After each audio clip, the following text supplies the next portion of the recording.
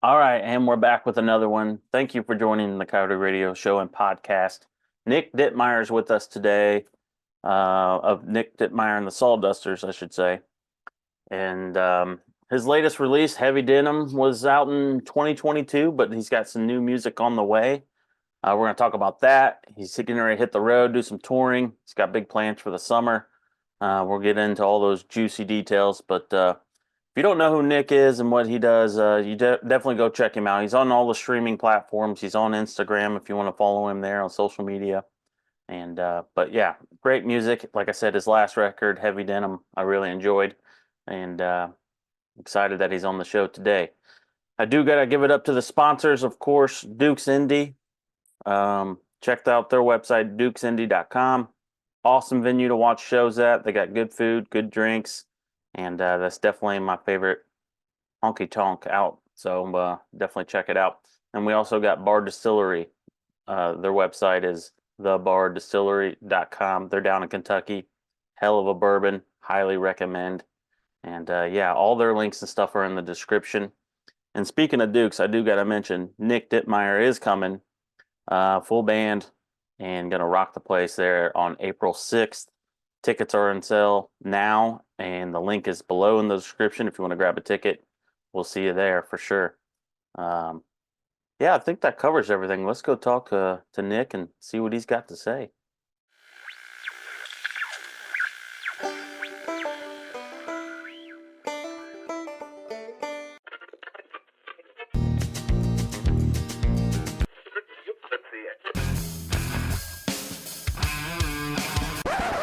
All right, Nick's with us. Nick Dittmeier and the Sawdusters. That's an awesome name, by the way. Oh, thanks, man. Did you come up with that? No, I did not. My old bass player's dad did actually, and he's kind of he's around, so he's kind of this eccentric guy, and he would come up with like all kinds of band names all the time just for fun, and he kind of threw that one at us, and originally my dad is a carpenter, and we practiced in his wood shop when I was in my early 20s and stuff, all my early bands. So like we kind of had that connection to it. So that's where we took it from. Yeah. Like I don't remember what other names that his dad would have even had. But his dad's this kind of eccentric artist guy who makes like these like art pieces out of like baby heads, like plastic baby heads and stuff, and just always had these like weird ideas, and like was always like pitching band names for whatever reason. I guess he was always just kind of thinking about it. Yeah. It So reminds me when I felt like I did that a lot when I was a kid, coming up with band names. yeah, I still think of band names all the time and try to in my head. I don't know, but not for like new bands I'm going to start or anything like that. But like if I was starting like like an aggro band or something like that, what it would be called or something like that. Right. So, yeah, thanks for being on. I appreciate you sitting down and getting this done. I've been wanting to get you on probably since last summer when I caught the tail end of your set at the Rooster Tail Oh yeah. down at the regatta. Yeah. But yeah, just here we are, finally made it. Right. So you're a Hoosier, right? Yeah.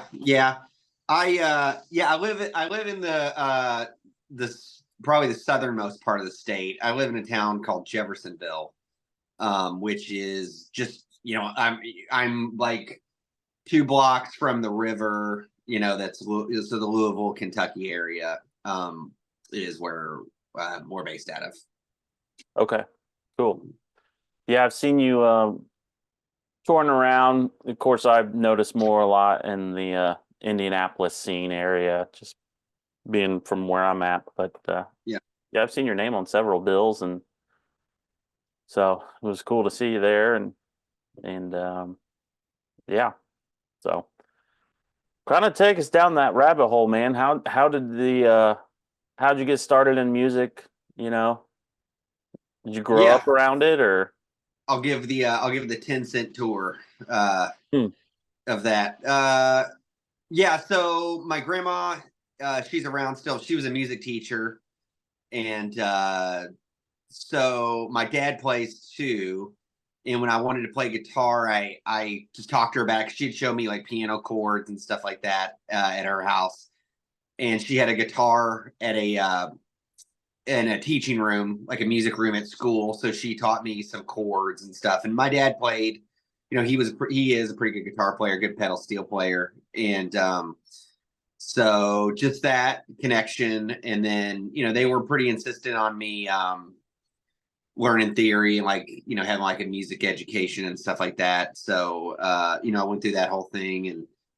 Um and then I wanted to play in bands. I wanted to write songs. That was like the genesis of wanting to learn an instrument. And I as far as songwriting goes, and the how that was those responsibilities were doled out in early bands, it was just kind of like I had the songs, and it kind of whoever has the songs, when you start, it kind of defaults to that. So I always just kind of had songs, and I kind of in bands became like the de facto songwriter, starting in high school, and then uh, going on from there, basically. So Yeah. yeah, What who was like kind of your influences music wise, artist?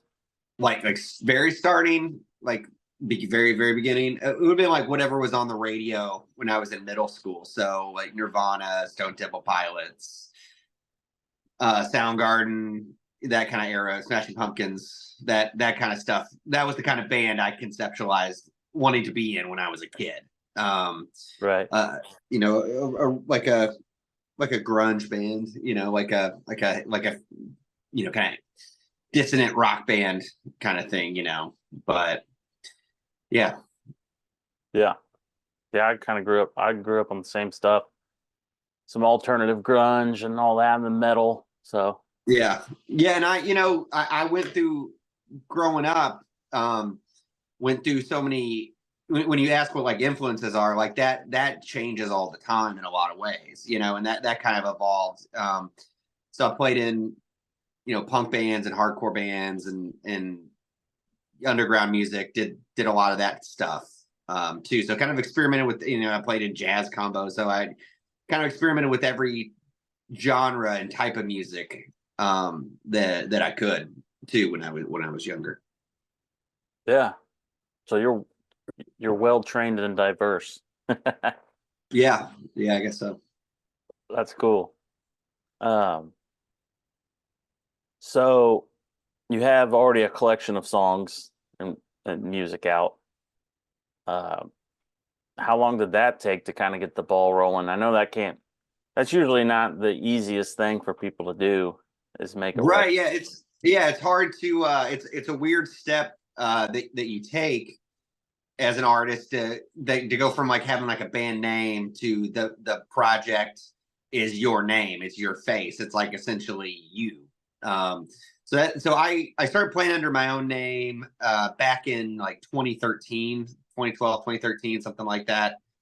And then released a couple EPs in like 13 and then one in 14. And then really just started trying to get out of Louisville, get out of Southern Indiana, and get out there and try to get on the road and get in front of people and play for people and meet new people on the road. And it's kind of like mushrooms from there slowly. But yeah, so that's like the roots music stuff, the country stuff. Once that was, I'd played in other country bands, stuff like that, but leading up to that. But in 2013 was when I really kind of made the jump, and then was kind of started doing music full time. Yeah. Well, that's not easy to do, first of all. Right. Congrats. Making it full time as an artist, man, it's a lot of work and you have to be good. I think a lot of people don't realize that. It's like Yeah. some people take that jump and it doesn't really work out for whatever reason, but that's cool that you were able to do that and kind of live that dream. Right. Yeah. And it's got its challenges and everything. And, it's not for everybody, but we've made it work. Yeah. So what's currently happening? Or are we working on? Well, I know you're working on. Well, you have worked on some music. I should say. I don't know how Yeah, you so want me to word it, but yeah, we intermittently last year between tours we were recording stuff, and we technically we have pieces of two different records that are done, but one record will come out this year. We're gonna put out an EP this year, and I think it's gonna come out in June, early June is the game plan. Um, but it's been kind of slow to get everything together. It just feels like when we have an idea for an album, and even like when things are on time to get done, everything from the very first record I ever made to now to today, it's like it always you're biting at the bit so much to get this done and to get this out and to let everybody hear it and everything, but there's like so many moving parts within this to make it happen, and so it's always a lot slower than you want it to be, because I don't know if a lot of other artists have talked about this on the podcast, but the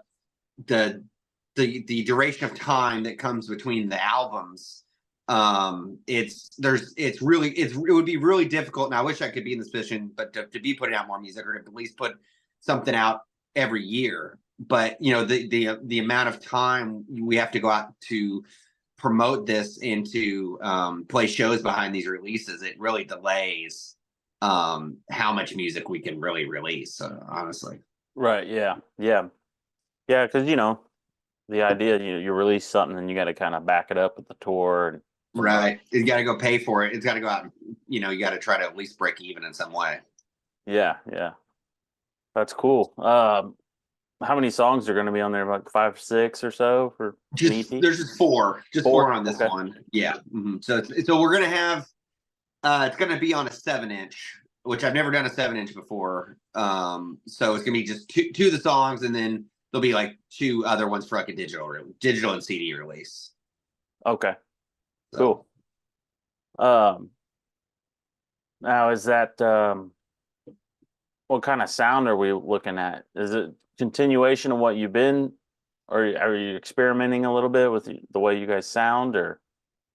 well, yeah, one song's actually a cover too. One's a Howlin' Wolf song, like a blues song, Oh yeah. and then the other one's more the the main original song from it is a new song that it's like Heavy Denim. The last record we put out was a lot different from the other stuff that was in my catalog, and I think some of the stuff on this EP is a little more similar to some of the other previous albums I had, where the last Folies was a deliberate break from that. Okay. Cool. I love some Howlin' Wolf. Yeah. Can you say which song it is? Yeah. Ain't Superstitious. I don't know if you're familiar with the London Sessions album with like Ron Wood and Eric Clapton that they did in like the late 60s, early 70s, but Mm-mm. it's kind of based on that version. That's one of my favorite albums. It's just called the London Sessions, Howlin' Wolf London Sessions, and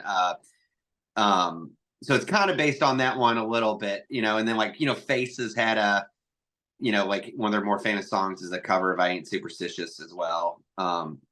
But yeah, it's more similar to the London Sessions version of it. Okay.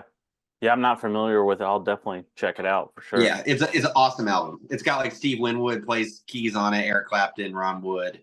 Can't remember. Charlie Watts, I think, plays drums on it. So Okay, cool. Yeah. That's one thing I love about this podcast, man. I've meet so many different people and learn about so much different music. Then, you just turn me on to a new record. oh yeah, man. So that's cool. Yeah. So you're going on tour, doing a tour here soon. Yeah. What day? I can't remember the actual day you release to hit the road. Oh, technically the 22nd of March. Okay. And we're doing about 3 weeks, like through the Midwest, upper Midwest, like Iowa, South Dakota, Minnesota, Wisconsin, Michigan, Indiana, Illinois. We'll be, hitting all those states. Okay. Little Midwest run. That's great. Yeah. So here in about a month, that'll be here before. Yeah. So it's like 16 shows in 18 days or something like that. Yeah, yeah. Looking forward to the Duke show. Yeah. April 6th.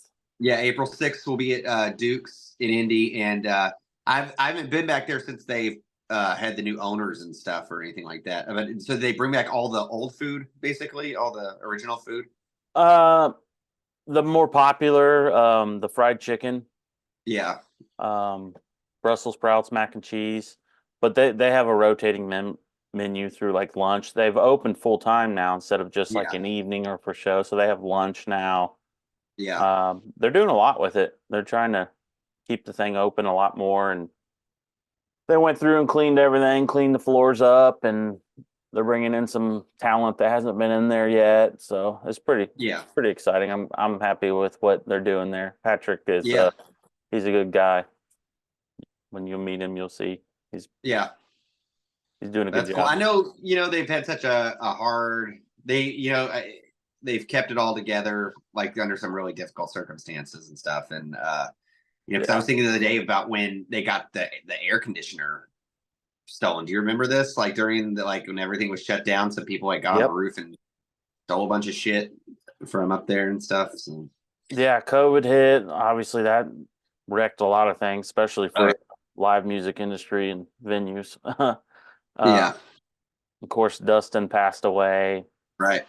Then you mentioned people stealing stuff, and then Yeah, it was it's a constant battle for them. I think rotating management and people until they figured out what they wanted to do. But I think the new owner he's got a good vision of what should take place in there. So I'm yeah, that's excited awesome. for him. Yeah. So who else is on that actual lineup for that day, or is it?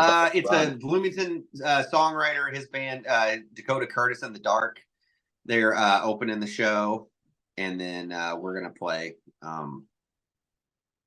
afterwards. Yeah. So, Yeah, cool. That's awesome. So tickets are yeah. available. If anyone listening right now, if you want to jump down in the description area or the bio area, there's a link. So grab tickets while you can. So yeah, weekend shows are always fun there. Yeah.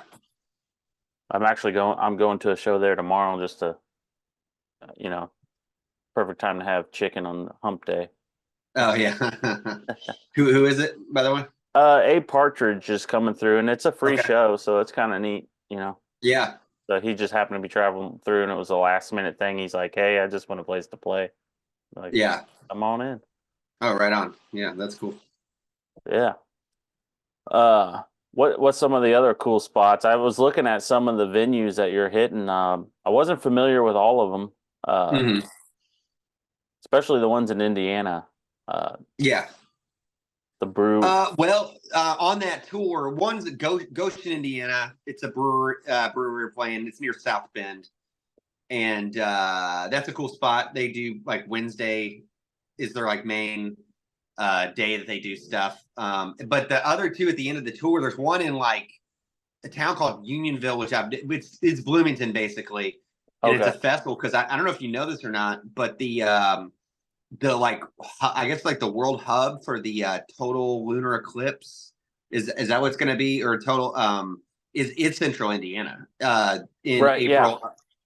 yeah. Because I think when it was like 5 years ago or something like that, It was down in Kentucky, wasn't it? Yeah, it was like E10. It was like an hour south of Louisville. Because so there's a bunch of, I guess they're like, somebody told me for Franklin, Indiana, that they were like that for the area they're going to have like 1 million people in the area to come in. So like my cousin, I was telling somebody this, man, my cousin, he drove down to E-Town for the eclipse last time, and he was like, yeah, it took me 8 hours to get back to Louisville, which is like 40 minutes or something crazy like that. But he was like it was worth it. Like, so I mean, like, I don't know how much eclipse stuff you did last time, but I mean, my phone broke and I was like driving around. I had to go to like an AT&T store, and it was just like people, like it was a weird, eerie thing, man. I think it's got people.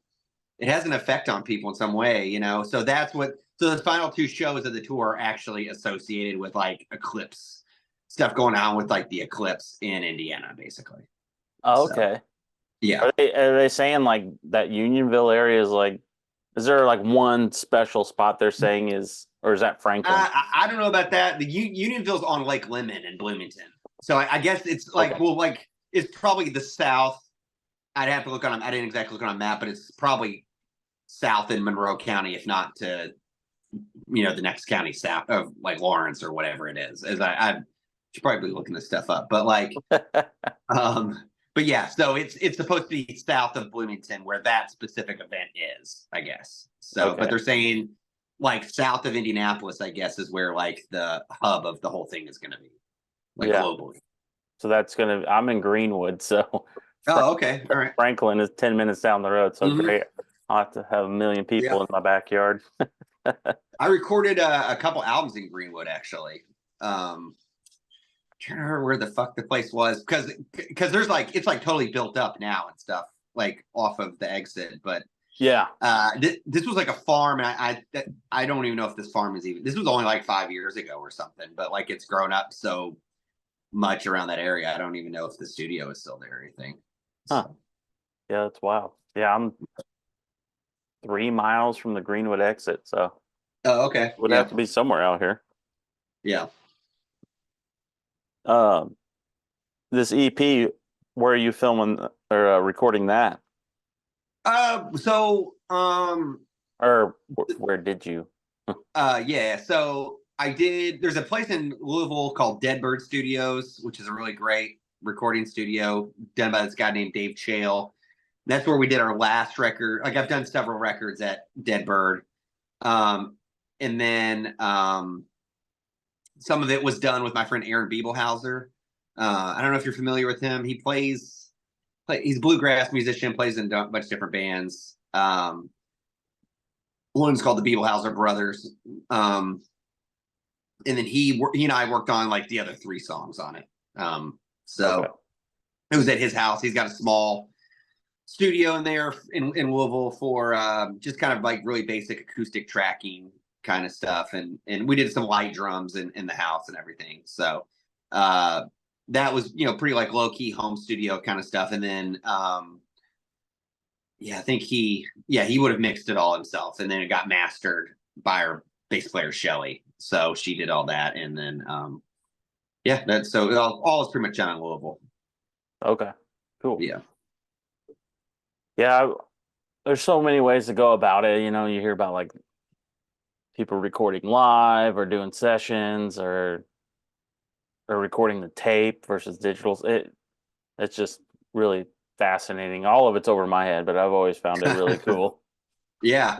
Well, I mean, there's a million like nowadays, there's a million processes in which you could go through to get it done, and um and the element of like for the artist doing the pre-production on it, you can very easily do a lot of really advanced pre-production and development of the songs before you get to that point.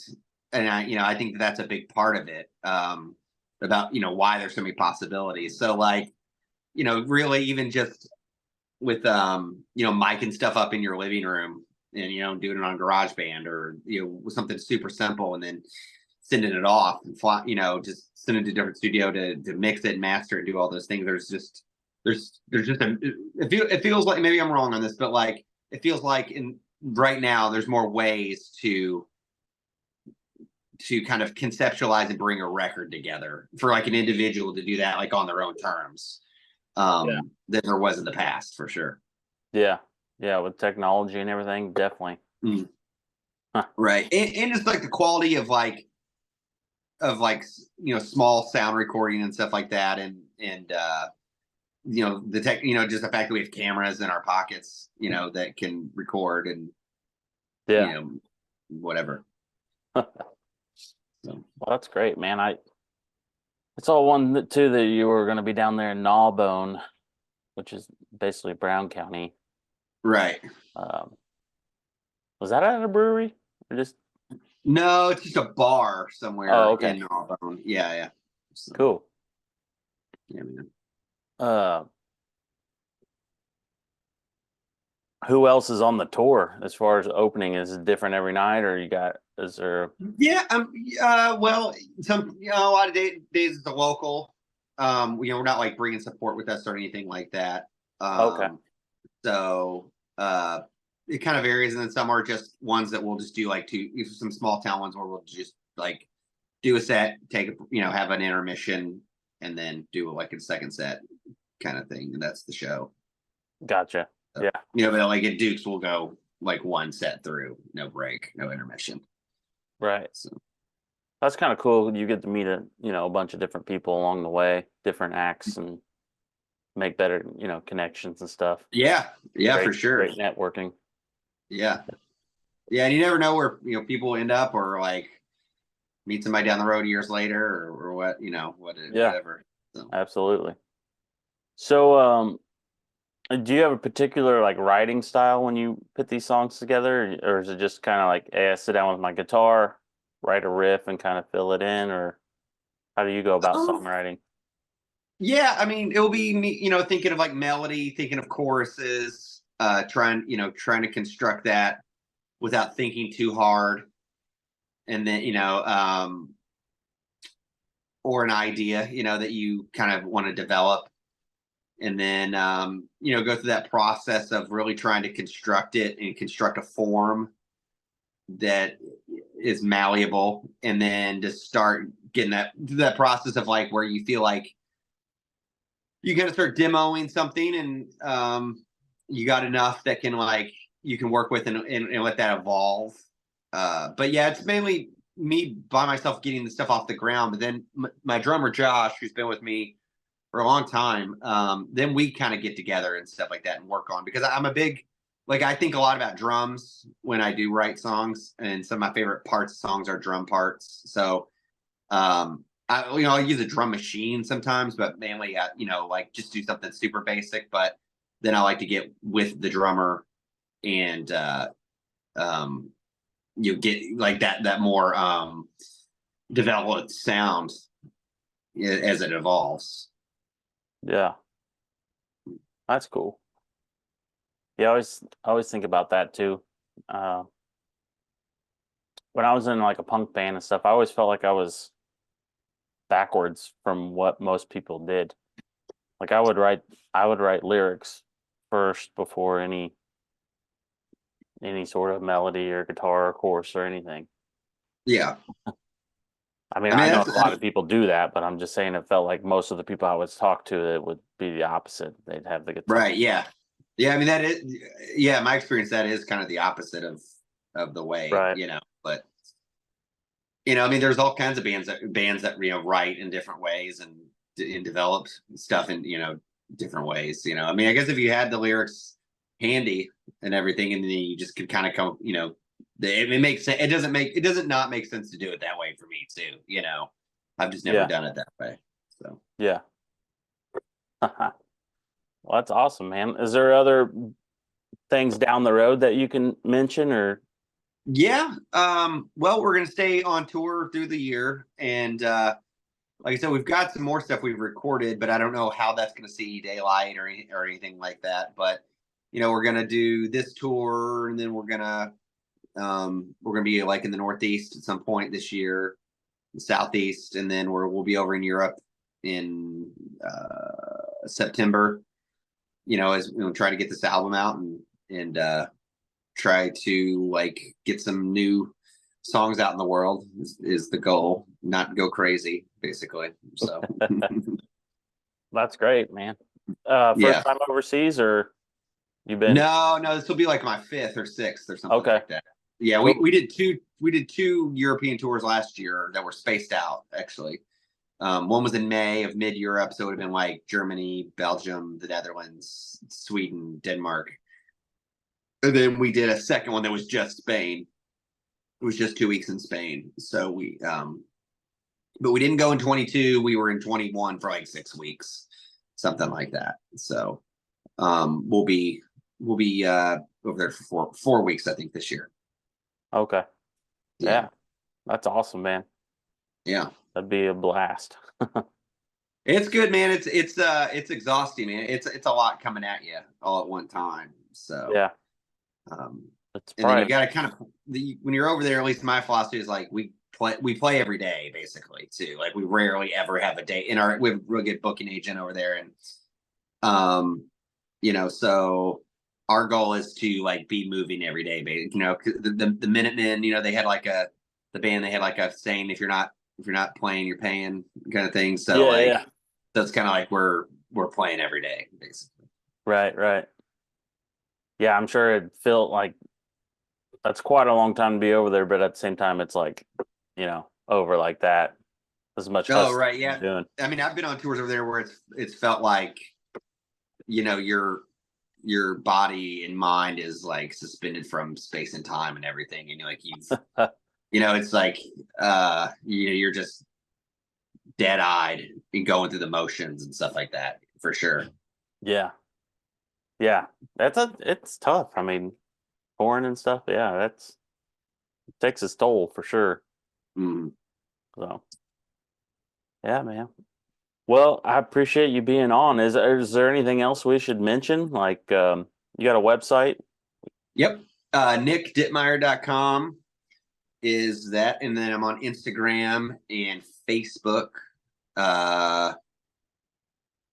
And I'm trying to think of any other. No, that's about all I'll do these days for social, and all the YouTube stuff. But like, yeah, so on the Instagram under Nick Dittmeier and the Sawdusters. So look us up. We've got a whole bunch of tour dates all over the U.S. and like I said, we'll be in Europe later this year too. So if there's any European folks listening, we'll see you over there.